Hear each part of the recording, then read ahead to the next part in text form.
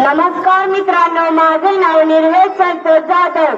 आदरणीय अध्यक्ष महोदय, माननीय शिक्षक वृंद आणि माझ्या प्रिय मित्रमैत्रिणींनो, आज मी ज्या विषयावर बोलणार आहे तो विषय केवळ भाषणाचा विषय नाही, तो आपल्या अस्तित्वाची व आपल्या जीवनाशी व आपल्या पुढील पिढ्यांशी निगडीत आहे.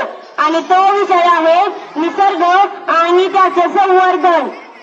मित्रांनो, ज्या मानवाने चंद्रावर झेप घेतली, महासागराची खोली मोजली, कृत्रिम बुद्धिमत्तेचा शोध लावला, परंतु त्याला जगण्यासाठी या दोन गोष्टींची गरज आहे.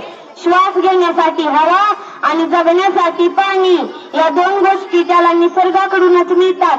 आपण आपल्या संस्कृतीने निसर्गाला देवत्व बहाल केले. आपण धरतीला माता म्हटले, नद्यांना माता मानले, वृक्षांची पूजा केली, डोंगरांना वंदन केले. पण आज आपल्या समोर एक कटू प्रश्न उभा आहे. नुसतंच म्हणतो धरणी माय, पण तिच्यासाठी करतो काय? नुसतंच म्हणतो धरणी माय, पण तिच्यासाठी करतो काय? हे ऐकताना मनाला टोचरी लागते. कारण आपण धरतीला माता म्हणतोच, पण मातेसारखा तिचा सन्मान करतो का? ज्या झाडांनी आपल्या पुढील पिढ्यांना सावली दिली, त्यांनाच आपण विकासाच्या नावाखाली तोडून टाकले. ज्या नद्यांनी आपली तहान भागवली, तिलाच आपण सांडपाणी व प्लास्टिकने प्रदूषित केले. ज्या मातीने आपल्याला अन्न दिले, तिच्यावरच आपण रसायनांचा मारा केला. आज निसर्गाचा समतोल ढासळत आहे. उन्हाळा अधिक उष्ण होत आहे, पावसाळा अनियमित होत आहे, दुष्काळ व महापूर यांची तीव्रता वाढत आहे, पक्ष्यांचे आवाज कमी होत आहेत, जंगलातील क्षेत्र अकुंचन पावत आहेत, नद्या मृतप्राय होत आहेत.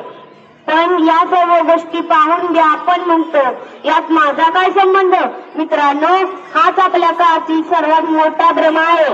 कारण जेव्हा एखादे झाड तोडले जाते, तेव्हा केवळ एक झाड मरत नाही, तर असंख्य पक्ष्यांचे घरटे उद्ध्वस्त होते आणि हजारो श्वासांचा आधार नष्ट होतो आणि पृथ्वी थोडी अधिक उष्ण होते.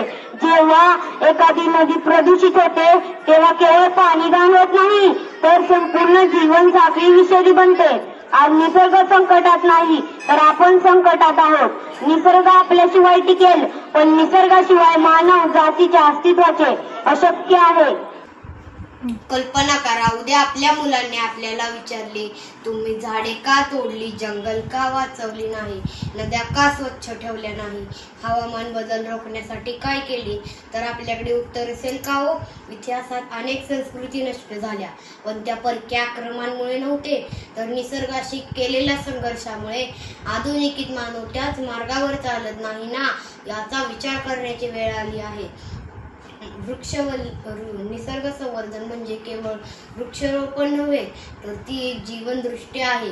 पाण्याचा प्रत्येक थेंब जपणे, प्लास्टिकचा वापर कमी करणे, जैवविविधतेचे रक्षण करणे, निसर्गाबद्दल कृतज्ञ वागणे, संसाधनांचा संयमाने वापर करणे म्हणजेच खरे संवर्धन. माझ्या तुकोबारायांनी शेकडो वर्षापूर्वी सांगितले होते की वृक्षवल्ली आम्हा सोयरे वंचरे. पण आज आपण या सोयऱ्यांनाच विसरलो आहोत. या व्यासपीठावरून मी एवढेच सांगू इच्छितो की निसर्गाचे रक्षण करणे ही केवळ सामाजिक जबाबदारी नाही, तर ती एक नैतिक कर्तव्य आहे. कारण पृथ्वी ही आपल्या मालकीची संपत्ती नसून पुढील पिढ्यांना अमानत आहे. चला, आपण आता पुन्हा एकदा आपल्याला प्रश्न विचारू. नुसतंच म्हणतो धरणी माय, पण तिच्यासाठी करतो काय? नुसतंच म्हणतो धरणी माय, पण तिच्यासाठी करतो काय? आता या प्रश्नाचे उत्तर शब्दात नव्हे तर कृतीतून देऊया. कारण मानव जेव्हा पृथ्वीला जिंकण्याऐवजी समजून घेईल ना, तेव्हा खऱ्या अर्थाने मानव जातीच्या अस्तित्वाचे सुरक्षित होतील. धन्यवाद.